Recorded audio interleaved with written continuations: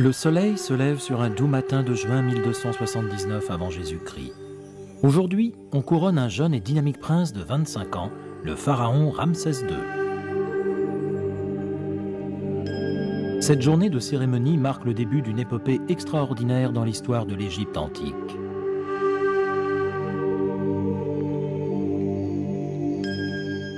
Tout ce que Ramsès II accomplira au cours de son règne de 60 et quelques années se fera à grande échelle. Aucun autre pharaon n'engendrera autant d'enfants, ni ne construira autant de temples et de monuments. Son règne est si édifiant que ses descendants souverains le surnomment le grand ancêtre. L'histoire elle-même s'en souvient comme de l'éminent pharaon.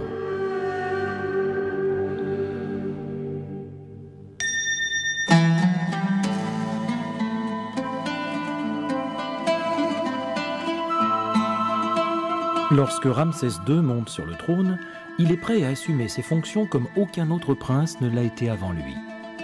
Son père, Séti Ier, s'est illustré par ses exploits militaires et par une ouverture sans précédent de son pays aux arts et à l'architecture.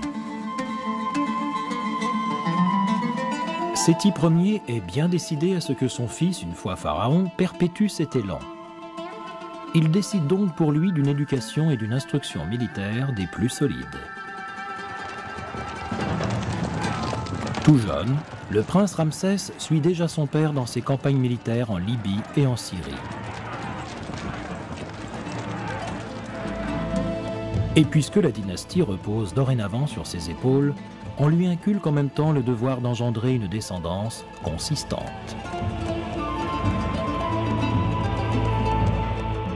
Ramsès, qui se passionne pour le métier de roi, semble avoir parfaitement compris la leçon. Ainsi, avant même qu'il soit couronné pharaon, ses deux femmes principales au harem royal lui auraient déjà donné plus de 20 enfants. Les Égyptiens se mariaient jeunes. Il est même probable qu'on mariait les jeunes princes dès que possible, de sorte qu'ils commencent à procréer sans perdre de temps. Le principe étant de s'assurer un maximum de légataires masculins pour le cas où le premier d'entre eux viendrait à mourir avant la succession. La deuxième raison de cette précocité était que la maison royale se devait de véhiculer auprès du peuple égyptien une image forte de fécondité.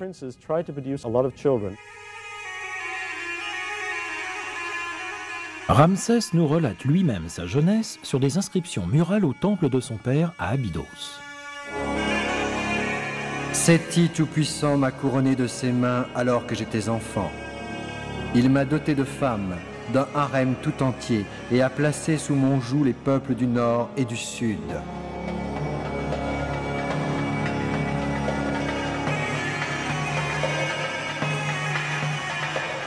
Fort de son expérience sur les grands chantiers de son père dans l'encadrement des tailleurs de pierre à la carrière d'Assouan, Ramsès, une fois devenu pharaon, s'empresse de faire élever ses propres monuments.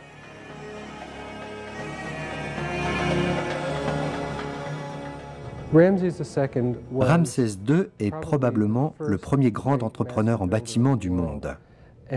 C'est certainement le monarque qui a le plus construit dans l'histoire antique.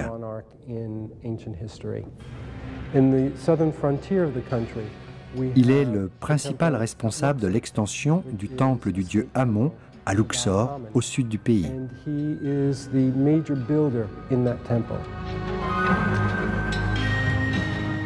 mois après son couronnement, on y organise une fête en son honneur. Pour marquer en retour sa gratitude, Ramsès commandite à Luxor une nouvelle entrée ainsi que 2 obélisques, dont celui de la place de la Concorde à Paris et la première d'une série de statues colossales à son effigie. Voici la partie supérieure d'une énorme statue à son image provenant d'un temple qu'il a fait bâtir à Abydos. Elle est une représentation typique des pharaons sous l'ancienne Égypte, c'est-à-dire d'un adulte viril puissant. Cette statue est restée longtemps ensevelie sous les sables, ce qui lui a permis de bien se conserver. Voyez avec quelle vivacité on les peignait à l'époque. Il s'agissait avant tout de les faire apparaître comme des entités vivantes.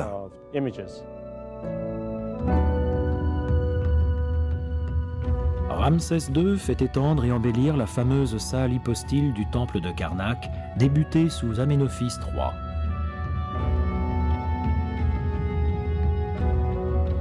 Avec ses 134 colonnes culminant autrefois à 23 mètres, cette merveille de l'architecture ancienne forme une véritable forêt de pierre.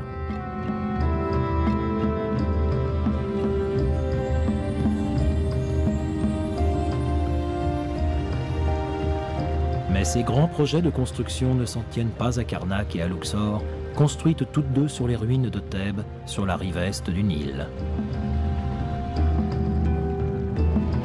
Conformément aux préceptes religieux égyptiens, Ramsès fait bâtir son propre temple funéraire sur la rive ouest du côté où le soleil se couche.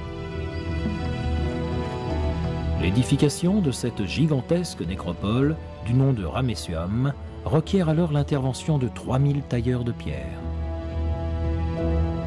Bien qu'elle soit aujourd'hui pratiquement en ruine, l'historien grec Diodore de Sicile l'a décrit à la fin du 1er siècle avant Jésus-Christ comme surpassant de loin toutes les autres réalisations de l'époque. 2 statues de granit de 18 mètres de haut se dressaient autrefois ici en protectrices des lieux. Il ne subsiste aujourd'hui que le buste de l'une d'entre elles.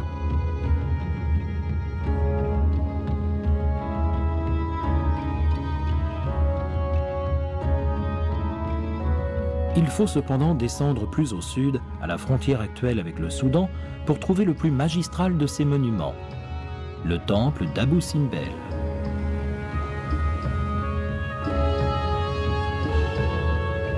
Creusé à même une falaise de grès rose, il domine la vallée. Sa grandeur semble vouloir rappeler à quiconque navigue là sur les eaux du Nil qu'il entre dans le pays des dieux. On estime que la construction d'Abou Simbel débute dans la 10e année du règne de Ramsès II, en 1269 avant Jésus-Christ, et qu'elle dure 13 ans.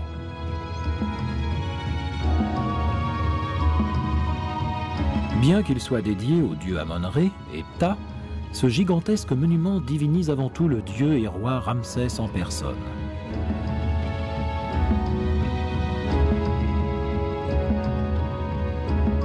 D'une façade qu'on dirait presque surgie de terre, 4 portraits colossaux du pharaon dominent la vallée de leur toute-puissance. Si ces géants de 20 mètres pouvaient se lever, ils en attendraient pratiquement 30.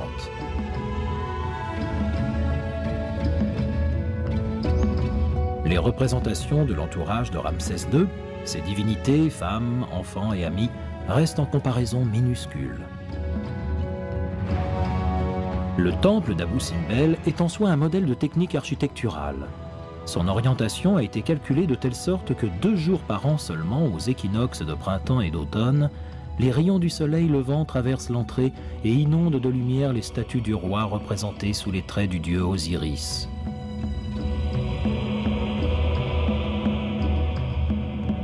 Ils poursuivent ensuite le long d'un corridor de 65 mètres pour pénétrer la partie la plus secrète du sanctuaire et illuminer les statues de 3 dieux, parmi lesquels Ramsès.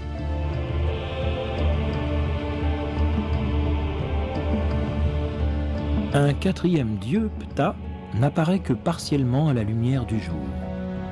Ptah est en effet la divinité des ombres.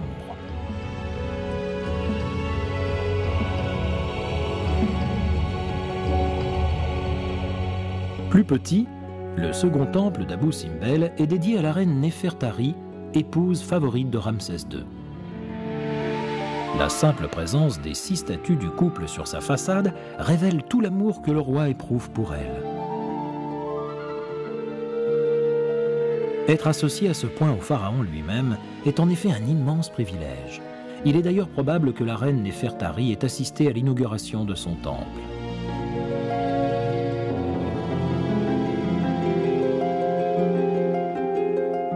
Lorsque Néfertari meurt en 1254 avant Jésus-Christ, Ramsès II a déjà fait bâtir à son attention une tombe dans la vallée des Reines, sur la rive ouest du Nil, près de Thèbes.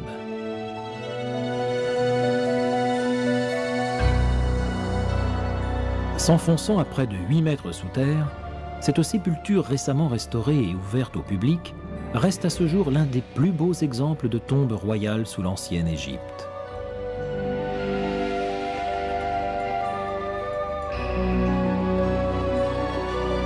Les fresques du caveau montrent Néfertari dans des poses symboliques en compagnie des dieux.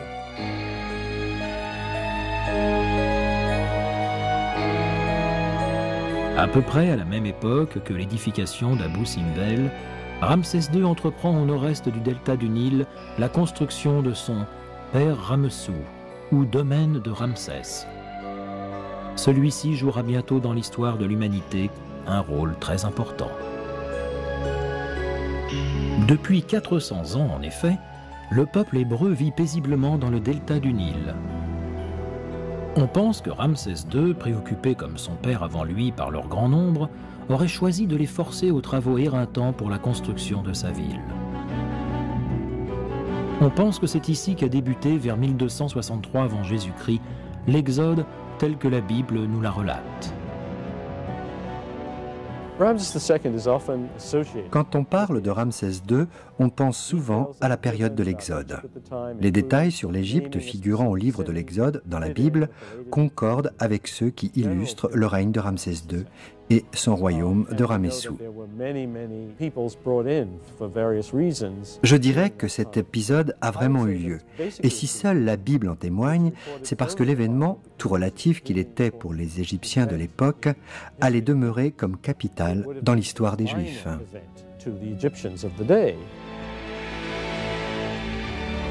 Qu'il ait été ou non le grand pharaon mentionné par la Bible, il est clair que Ramsès II est alors déterminé à laisser aux quatre coins de l'Empire son empreinte toute puissante. En faisant élever autant de monuments à sa gloire, il se hisse à l'image d'un dieu.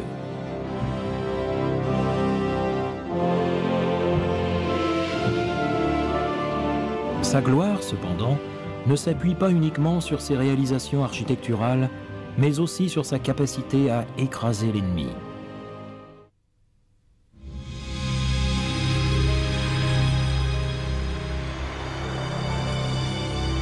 Si un seul pharaon devait subsister parmi ceux ayant marqué la longue civilisation de l'ancienne Égypte, c'est bien lui. Ramsès II est le plus prolifique à tout point de vue, y compris sur les champs de bataille.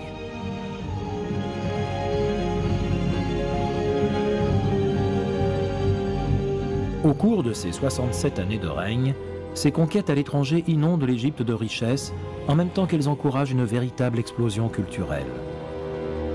Les impôts qu'il lève ainsi que ses butins de guerre lui permettent de financer l'embellissement des temples et la construction de nouveaux monuments.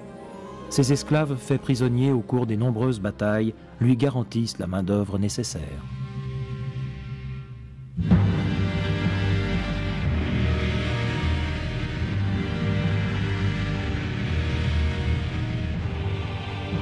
Au nord-est de l'ancienne Égypte s'étend un vaste désert marqué aujourd'hui par la Syrie.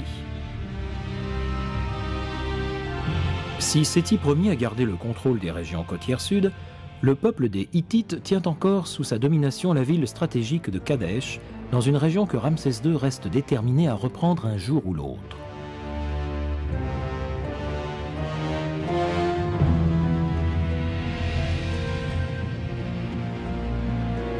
Dans la 4e année de son règne, profitant d'une révolte dans les territoires occupés, il décide de sceller à jamais l'œuvre expansionniste de son père en chassant une bonne fois pour toutes l'ennemi hittite de ses bastions.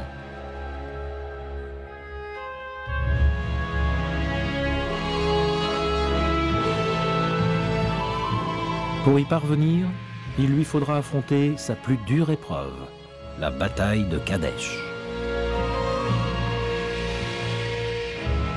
Des inscriptions nous racontent ainsi qu'en 1275 avant Jésus-Christ, il rassemble l'une des plus vastes armées que l'Égypte ait alors connue.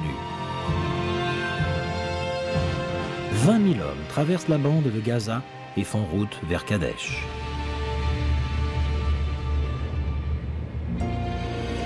Alors qu'ils parviennent presque à destination, la capture et l'interrogatoire de 2 espions hittites leur fait croire à tort que l'ennemi terrorisé s'est déplacé à 160 km au nord. Confiant, Ramsès poursuit le chemin avec seulement un quart de ses troupes et établit son campement sans savoir qu'une formidable embuscade les attend. Lorsqu'il réalise le traquenard, il est déjà trop tard.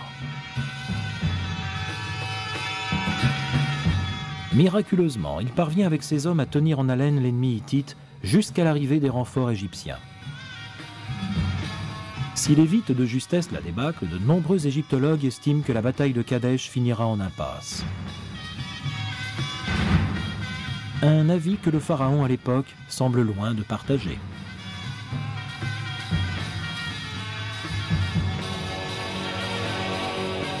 Les murs des temples de Karnak, de Luxor, d'Abydos, d'Abou Simbel et du Ramesséum décrivent au contraire les triomphes de Ramsès à Kadesh. Ces fameuses victoires militaires que l'on célèbre ici comme les plus grandioses de l'ancienne Égypte ont-elles donc réellement eu lieu ? La représentation et la description de la bataille de Kadesh figurent parmi les documents historiques les plus intéressants dont nous disposons sur le règne de Ramsès II. On y dépeint le pharaon comme le vainqueur magistral des Hittites, alors qu'en réalité, même s'il n'a pas été contraint de battre en retraite, Ramsès s'est retrouvé dans l'impasse, sans aucun espoir immédiat de reconquérir la Syrie.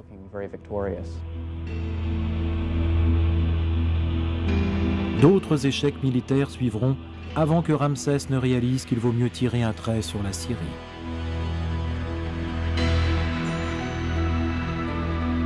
Là où certains voient le premier traité de paix de l'histoire, les deux pays signent en 1259 avant Jésus-Christ un pacte mutuel de non-agression. Gravés dans des plaques de pierre et d'argile, les deux versions du document hittite et égyptien ont survécu jusqu'à nous.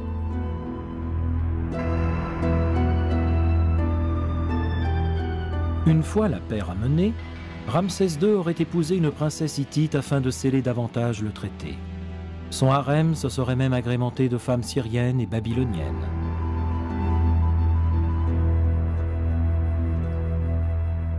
Ramsès II meurt en 1212 avant Jésus-Christ à l'âge de 92 ans.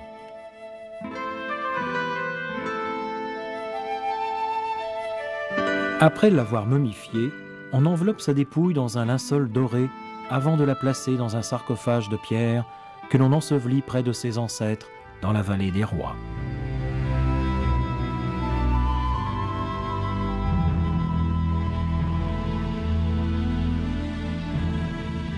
Malgré toutes les précautions prises pour assurer au pharaon sa vie éternelle dans l'au-delà, sa tombe est régulièrement pillée au cours des 2 siècles qui suivent. Après l'avoir enveloppée, des prêtres se chargent de déplacer d'urgence sa momie. Les restes de Ramsès II finissent dans un simple cercueil de bois de cèdre. Ce n'est qu'en 1881 de notre ère que l'on retrouve cette momie parmi d'autres, dans la cache royale de Der el-Bahri, creusée près du temple de la reine d'Hatshepsut.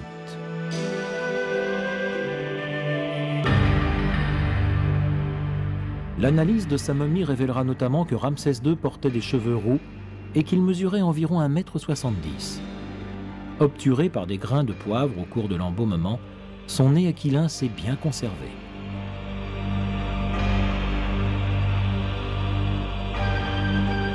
L'impossibilité du pharaon de trouver le repos après la mort est révélatrice du sort de l'Égypte.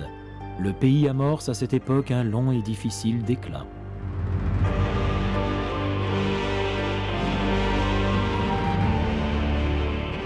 On pense que Ramsès II a engendré plus de 200 enfants, dont 100 au moins ont atteint l'âge adulte. Ses 12 premiers fils héritiers, dans leur chronologie, décèdent avant leur père.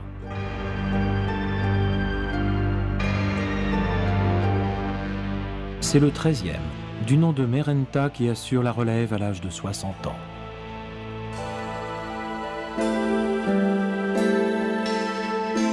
Et bien qu'il se démarque par de victorieuses campagnes militaires contre les Libyens et les Syriens, son règne long de 10 ans seulement ne lui permet pas d'égaliser les réalisations de son père.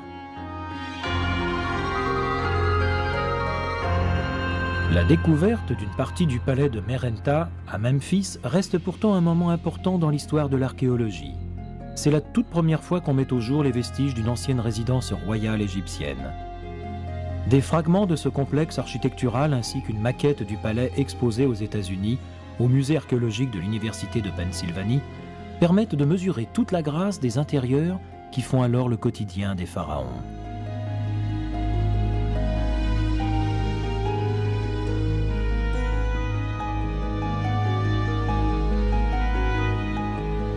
Ces sculptures et gravures provenant de son palais représentent le pharaon dans une pose propre à son rang. Sur ce fragment, Merenptah se tient face au dieu créateur Aton, que vous voyez à droite. Aton lui remet le fléau et la houlette, symbole de la royauté. Merenptah apparaît ici, coiffé de la couronne, et tient un oiseau échassier qu'on appelle un vanneau et qui symbolise le peuple égyptien.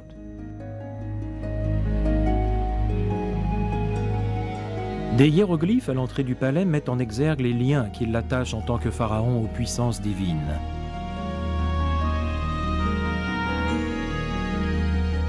Le déchiffrage donne ceci. En te remettant le fléau et la houlette, je t'ordonne, Pharaon, pour des millions d'années. On a là un concentré de l'interaction qui existe entre le roi et les dieux égyptiens, où l'on voit clairement la façon dont il lui confère les pleins pouvoirs. Si à la mort de Merenptah en 1202 avant Jésus-Christ, la glorieuse 19e dynastie n'est déjà plus qu'une vieille histoire, l'épopée des grands pharaons ne s'achève pas là pour autant. Ramsès III lui succède en digne représentant d'une puissante Égypte, alors qu'une reine du nom de Cléopâtre s'apprête à devenir l'héroïne d'un drame qui passionnera le monde entier.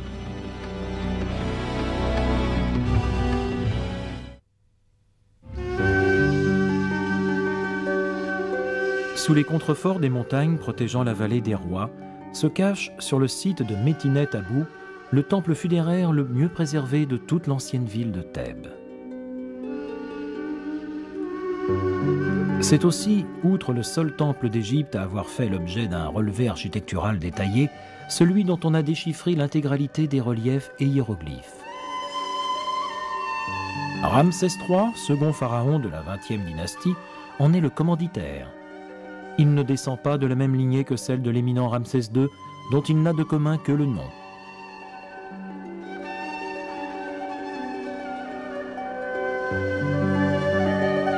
Lorsqu'il monte sur le trône en 1182 avant Jésus-Christ, Ramsès III hérite d'une Égypte stable et d'une nation relativement tranquille. Mais 8 ans plus tard, il se voit contraint d'affronter un ennemi redoutable, les peuples de la mer.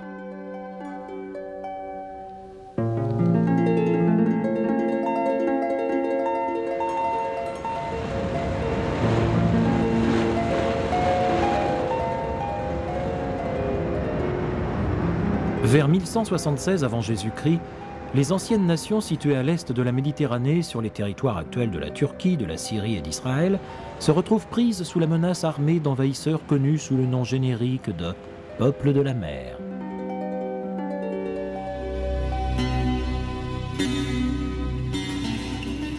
Le temple funéraire de Ramsès III à Médinet Abou nous livre le long récit de l'invasion, puis du rejet d'Égypte des peuples de la mer.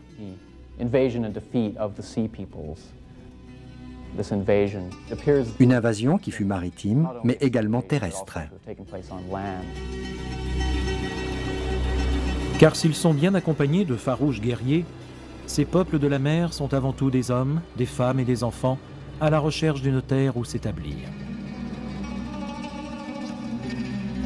La menace pour l'Égypte semble alors d'autant plus grave que ces peuplades sont parvenues à écraser les Hittites, les grands rivaux des Égyptiens. Ramsès III ordonne donc d'urgence à ses avant-postes militaires de défendre coûte que coûte les frontières de l'Empire, le temps qu'il envoie sur place son armée repousser l'envahisseur.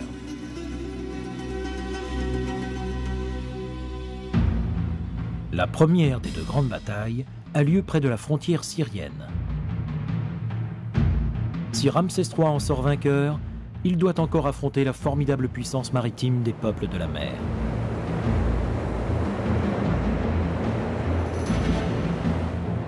Les peintures murales des temples de Ramsès montrent les archers du pharaon tirant sans relâche leurs flèches sur les lignes ennemies.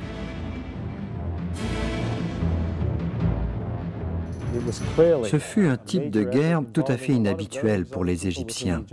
Il s'agissait de s'opposer à un peuple exotique dont ils ne connaissaient pas le moins du monde le potentiel militaire et stratégique.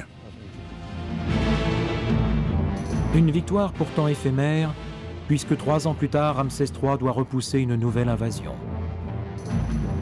L'ennemi, qui attaque cette fois à la frontière ouest de l'Égypte, est une alliance de plusieurs tribus, dont celle des Libyens. Après un nouveau triomphe militaire, les scribes se mettent à recenser les pertes du camp ennemi. On coupe la main droite des cadavres que l'on apporte au pharaon avant de les compter. Ramsès ordonne un jour que l'on recommence le dénombrement, cette fois en lui présentant le phallus de ses victimes.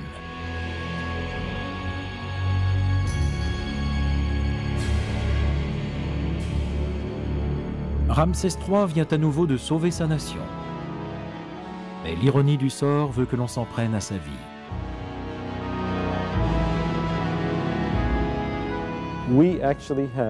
L'histoire nous a légué le compte-rendu de l'enquête officielle qui a suivi l'attentat.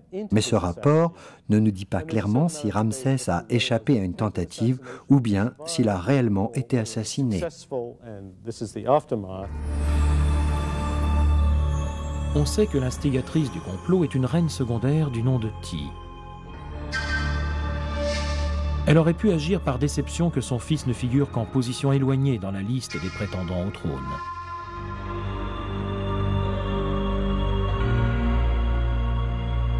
Elle aurait cherché à éliminer Ramsès afin d'usurper la lignée royale au profit de sa propre descendance et prendre ainsi le contrôle de l'Égypte. L'un des conspirateurs aurait d'autre part rompu le secret.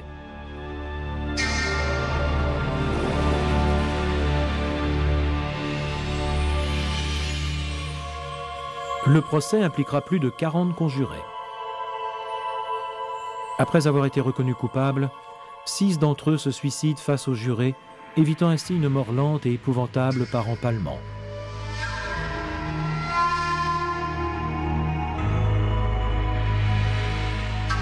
D'autres, reconnus coupables à un degré moindre de participation, ont les oreilles et le nez tranchés.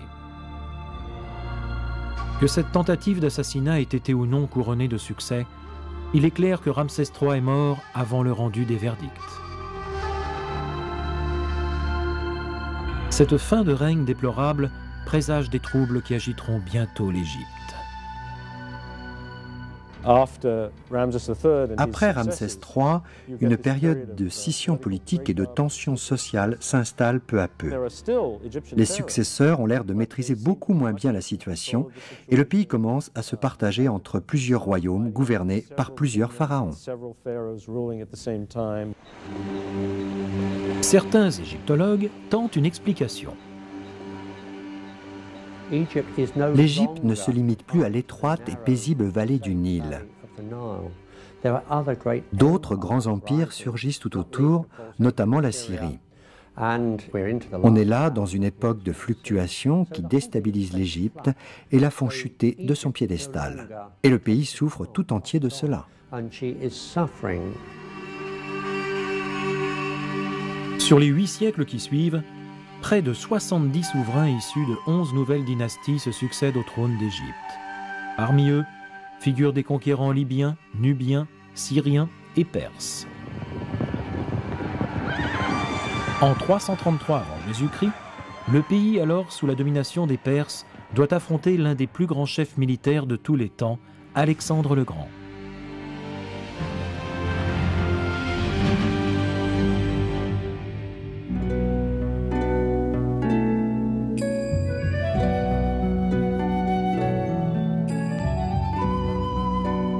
Fils du roi Philippe II de Macédoine, Alexandre le Grand incarne dans la Grèce de l'époque le pouvoir dominant.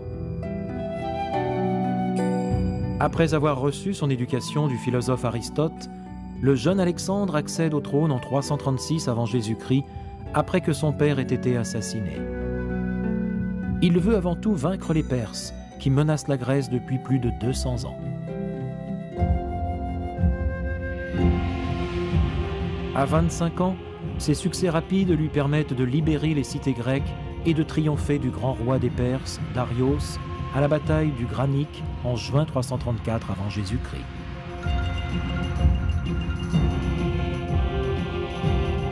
Peu après avoir bouté l'ennemi hors de Grèce, il pénètre en Égypte en libérateur. On le couronne même pharaon et on l'élève au statut de Dieu.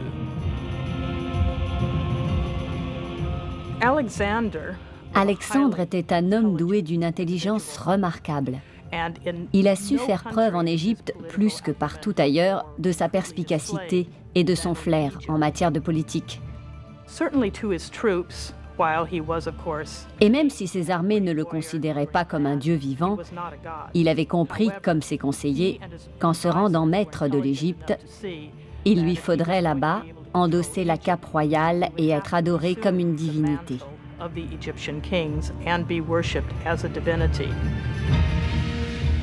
Mais malgré ce nouveau titre de pharaon, son destin le conduit ailleurs.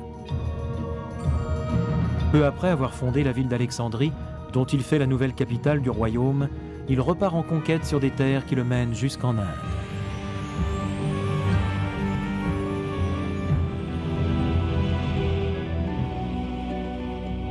Cependant, et alors qu'il a toujours surmonté ses nombreuses blessures de guerre, une fièvre l'emporte en 323 avant Jésus-Christ dans la ville de Babylone. Ses généraux décident de se partager son vaste empire. Parmi eux, son officier et ami d'enfance Ptolémée.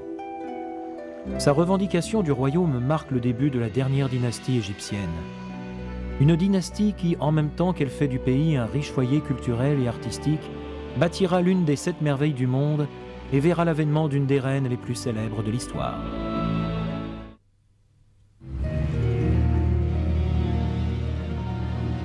Dans les fonds marins au large du port d'Alexandrie repose la clé d'une énigme vieille de plus de 2000 ans. Les souverains se promenaient autrefois sur cette chaussée qui reliait la ville à la petite île de Pharos. Détruite par une succession de tremblements de terre à partir du IVe siècle, ce n'est qu'il y a quelques années qu'on relève dans ces parages des vestiges significatifs du grand phare d'Alexandrie et du palais de Cléopâtre.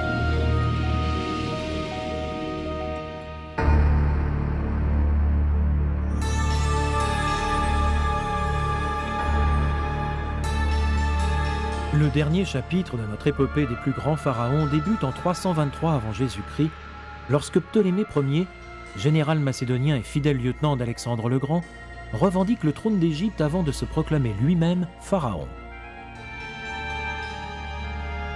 Il devient en 305 avant Jésus-Christ le premier roi de la 32e dynastie, celle des Ptolémées.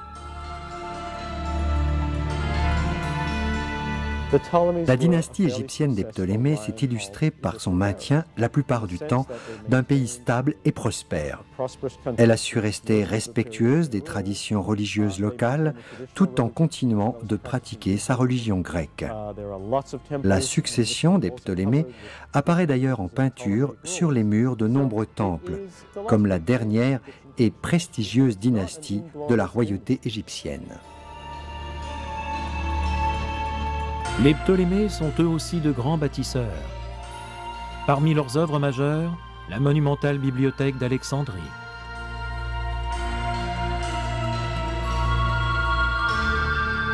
Ces murs abritaient autrefois quelques 700 000 manuscrits.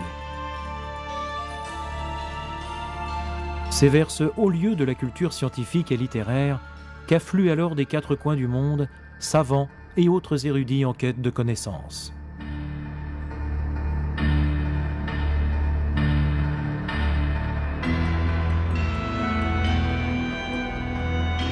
Les Ptolémées dressent également le grand phare d'Alexandrie, réplique gigantesque d'un premier exemplaire dont ils sont aussi les auteurs. On le surnomme la 7e et dernière merveille de l'Ancien Monde.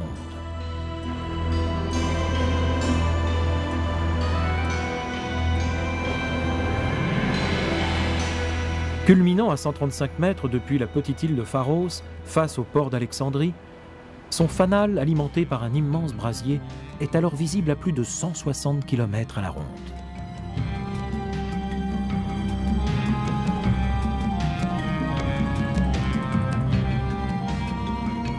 Malgré ces glorieuses illustrations, et peu à peu miné par les rivalités familiales, le déclin économique, les dissensions politiques et la puissance croissante de Rome, cette dynastie d'une quinzaine de rois finit par s'éteindre.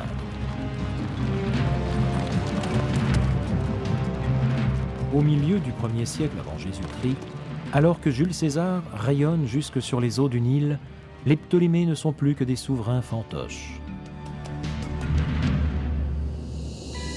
En 51 avant Jésus-Christ, Ptolémée XII lègue le trône d'Égypte à sa fille de 18 ans, Cléopâtre, la 7e du nom.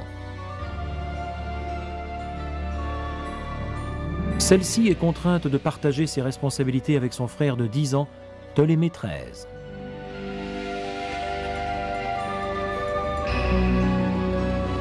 Née en 69 avant Jésus-Christ, Cléopâtre manie couramment 7 langues. Elle est la seule des pharaons grecs à savoir parler égyptien. Contrairement à la légende, elle n'incarne pas la beauté suprême. C'est pourtant une femme sensuelle, douée d'une voix voluptueuse et d'une intelligence exceptionnelle. Le grand philosophe Plutarque écrira d'elle: le timbre de sa voix était tout simplement un régal pour les oreilles. À la manière d'un musicien jouant sur plusieurs cordes, elle savait passer d'une langue à l'autre, au point qu'elle avait rarement besoin d'un interprète.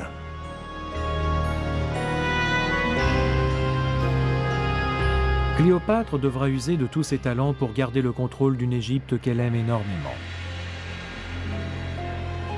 Peu après sa montée sur le trône, ses dissensions avec son frère s'achèvent en une guerre civile pure et dure, au cours de laquelle certains égyptologues pensent que la grande bibliothèque d'Alexandrie aurait été détruite. Forcée de fuir provisoirement vers la Syrie, Cléopâtre revient à Alexandrie lorsqu'elle apprend que Jules César vient d'y entrer.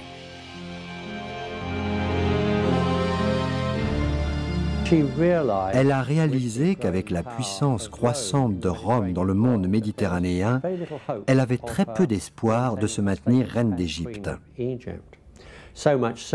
Et lorsque César est entré en Égypte, elle s'est mise en tête de le séduire, comme on a tous pu le voir dans bon nombre de scénarios de pièces et de films.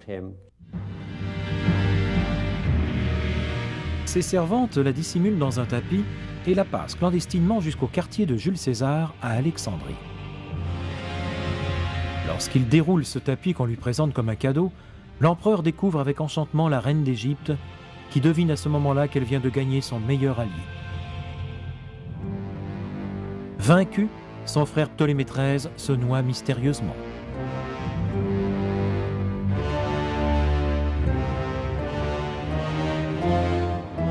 Quelques semaines plus tard, César s'en retourne à Rome, laissant Cléopâtre enceinte de leur fils Césarion.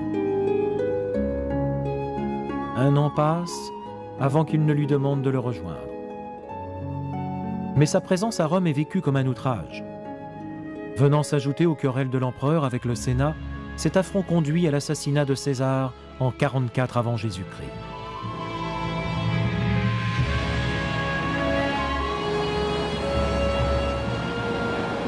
Cléopâtre rentre alors en Égypte. L'arrière-petit-neveu de César, Octavien, ainsi que l'un de ses anciens conseillers, Marc-Antoine, décident de combler le vide politique laissé par sa disparition. Mais leur partage du pouvoir s'avère bientôt impossible et Marc-Antoine se tourne vers Cléopâtre pour lui réclamer son assistance. Antoine est ébloui par le charme de cette femme, dont il découvre en même temps l'aisance dans des sujets de conversation a priori réservés aux hommes d'État.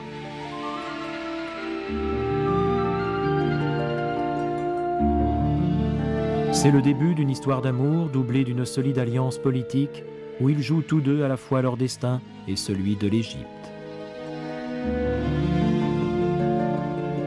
Après une ultime et infructueuse tentative d'arrondir les angles avec Octavien, Antoine décide de rejoindre une bonne fois pour toutes Cléopâtre.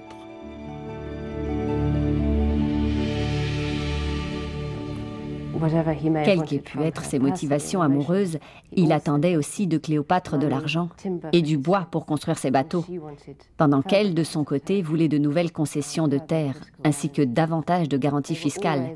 Ils étaient par conséquent tout autant amoureux que co-associés. Ainsi, Marc-Antoine lui fait-il cadeau, comme à leurs 2 enfants, de conquêtes romaines en Asie. Il reconnaît en outre et proclame que Césarion, le fils qu'elle a eu avec Jules César, est bien le successeur légitime.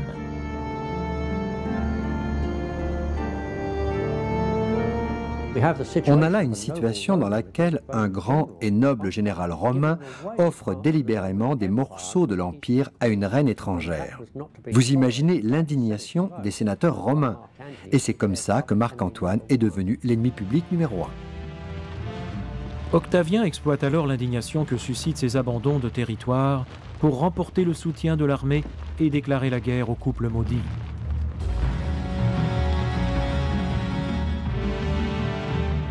En 31 avant Jésus-Christ, Octavien et ses Romains enserrent la flotte égyptienne dans la bataille navale d'Actium.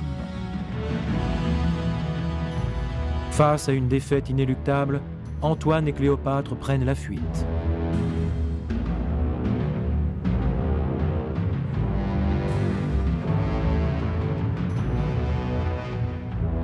En moins d'1 an, les Romains s'emparent d'Alexandrie et les forces égyptiennes capitulent.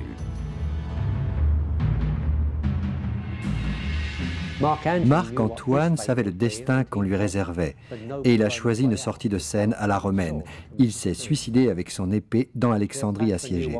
Cléopâtre, elle, s'attendait à ce qu'on l'enchaîne par les poignets et les chevilles pour l'exhiber dans une Rome triomphante. Il n'était pas question non plus qu'elle tente de séduire Octavien après César, puis Antoine, qu'elle aimait et venait de perdre. Octavien, qui en tout cas s'assurait par cette immense victoire la domination du monde romain. Marc-Antoine aurait expiré entre les bras de Cléopâtre. La reine elle-même, prête à se donner la mort, ordonne alors qu'on lui apporte en secret un serpent venimeux.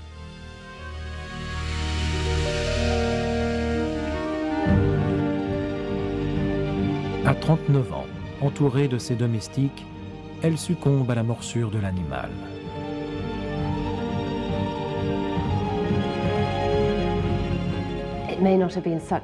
Il ne faut pas croire que ce fut forcément pour elle la pire des morts.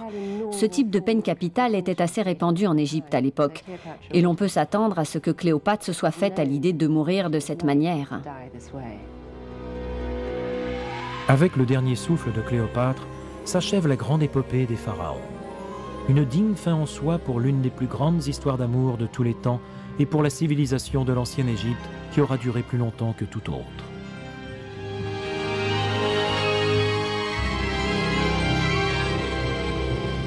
Si les suzerains égyptiens et romains s'attachent ensuite à perpétuer les traditions, en continuant notamment d'endosser le titre de pharaon et de construire des temples à leurs dieux, c'est uniquement dans le but de garder le contrôle de la population. L'Égypte a d'ores et déjà changé de visage. Elle n'est plus qu'un immense réservoir destiné à alimenter en richesse l'Empire de Rome.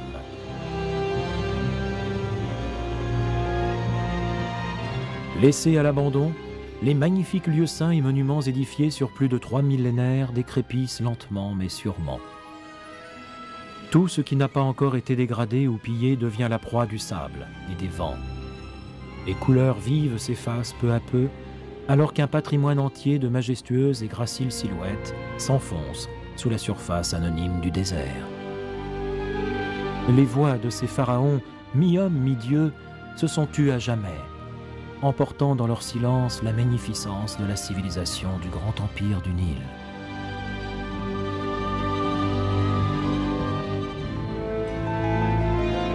Mais l'héritage principal des plus grands pharaons d'Égypte a malgré tout survécu à l'oubli et aux destructions.